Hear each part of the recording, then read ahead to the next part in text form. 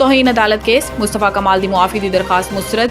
TV channels तोनू भी notice जारी। Chief justice Pakistan काजी फाइज ईसा दी सरबराही च जस्टिस इरफान सादत जस्टिस नईम अफगान ते मुश्तमिल 3 रुकनी बेंच केस की समात कर रहा है, जिस सिलसिले मुस्तफा कमाल ते फैसल बावड़ा अदालत में पेश हुई। दौरान समात मुस्तफा कमाल दे वकील फारूक नसीम ने मुस्तफा कमाल दी 16 मई की प्रेस कॉन्फ्रेंस से मुआफी का बयान पढ़ के सुनाया ते अदालत तो इस्तदा की है कि मुस्तफा कमाल दी गैर मशरूत मुआफी कबूल करके तौहीन अदालत की कार्रवाई खत्म की जाए। ऐसे जस्टिस काजी फाइज ने इस्तफसार किया कि वह अपील विफाकी शरई अदालत नहीं ने। क्या मुस्तफा कमाल ने फैसल बावड़ा तो मुतासिर होकर दूसरे रोज़ मीडिया नाल गुफ्तगू की। बाद अदालत ने मुस्तफा कमाल की फौरी मुआफी की इस्तदा मुस्तरद करते हुए तौहीन अमेज़ प्रेस कॉन्फ्रेंस नशर करने ते तमाम टीवी चैनल्स नूं नोटिस जारी कर दिते। अदालत ने तमाम टीवी चैनल तो 2 हफ्तों जवाब तलब करते हुए समात 28 जून तक मुलतवी कर दी। वसाइल की कमी नहीं, गैर मुल्की सरमायाकारां नूं सहूलत फराहमी यकीनी बनावांगे। दौरा चीन के दौरान शेंजन च पाक चाइना बिजनेस फोरम की तकरीब नाल खिताब करते हुए वज़ीर आज़म ने दोनों ममालिक के माबैन ताल्लुकात की मजबूती ते सरमायाकारी वधान की जरूरत पर जोर दिता। एना ने कहा है कि पाकिस्तानी सरमायाकारी च आसानी लिए बिजनेस कौंसल कायम की गई है।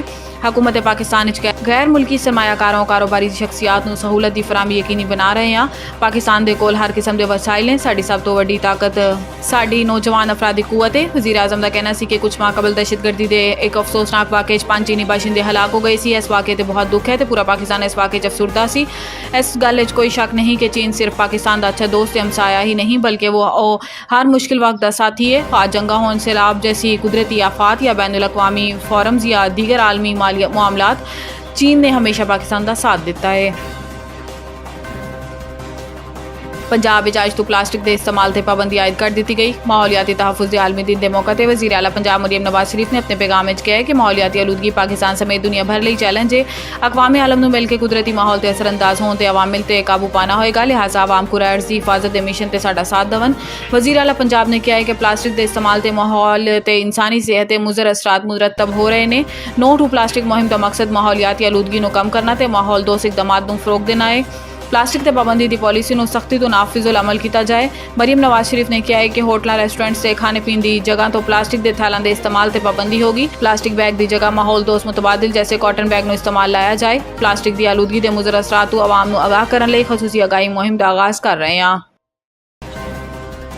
पंजाब हुकूमत का ईद उल अज़हा ते कैदियों की सज़ा कमी करने का फैसला। महकमा दाखिला की जानिब तो तैयार की जाने वाली समरी मंजूरी लिए काबीना के सामने पेश की जाएगी। हुकाम के मुताबिक 2/3 सज़ा मुकम्मल करने वाले 70 साल तो जायद उम्र के मर्द कैदी, 60 साल तो जायद उम्र की खवातीन कैदी ते 5 साल तो छोटे बच्चों के नाल कैद खवातीन मुस्तफीद होंगियां। महकमा दाखिला के हुकाम का दसना है कि सज़ा कमी ते रिहाई लिए 2/3 सज़ा मुकम्मल होना ते अच्छे कंडक्ट का मुजाहरा लाजमी है।